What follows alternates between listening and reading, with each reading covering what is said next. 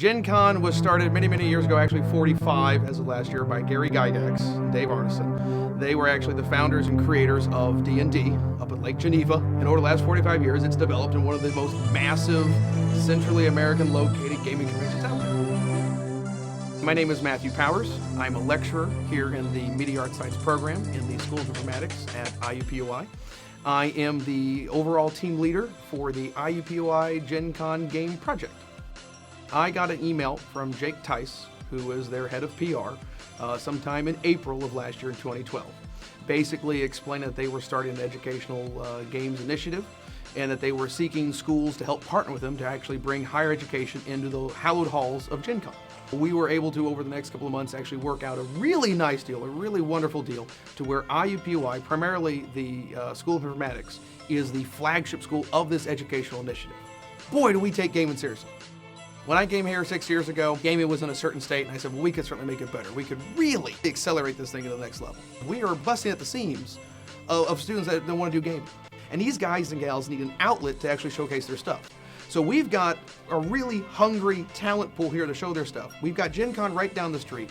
So it's a perfect marriage to say, okay, look, we've got the game makers, you've got all the connections, you've already got the establishment of the gaming going on. Let's put this together and see what will happen.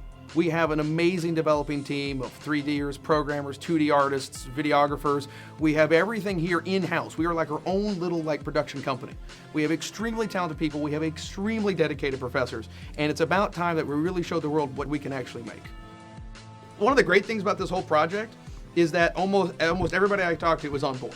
It was very, very easy to get professors on this thing. We've got Albert William in 3D. It's a chance for him to work on a professional project like he's done a myriad times over. Todd Shelton, he's been talking about this for years. Travis Foss, one of our brand new professors. He's a programmer extraordinaire. We've got Thomas Lewis, a really wonderful videographer and video professor. So we've got all these professors on board that are able to help, not only help their own projects, but help their students alongside with it. So this is honestly one of the most beneficial and symbiotic projects we've ever had, because it's like a rising tide. Every ship is rising with this project. Even if we fail or succeed, either way, we're going to learn something from it.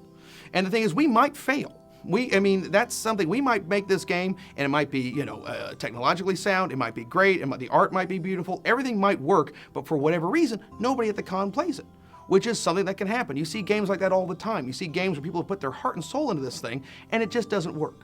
But the thing is like I said, no matter what happens, even if we fail in this thing, we're going to learn something from it. And the thing is, in every single failure, there are little points of success. You don't have a complete failure. I don't believe that sort of thing. I believe every failure has some point of success in it. And so then our job is to pick ourselves up, dust ourselves off, and say, okay, what worked and what didn't? Find those little motes of success, find them, harvest them, and then grow them into another wonderful, successful, spectacular thing next year. No matter what we do here at IUPUI, if it's a spectacular success or a spectacular failure, no matter what we do, it's going to be spectacular.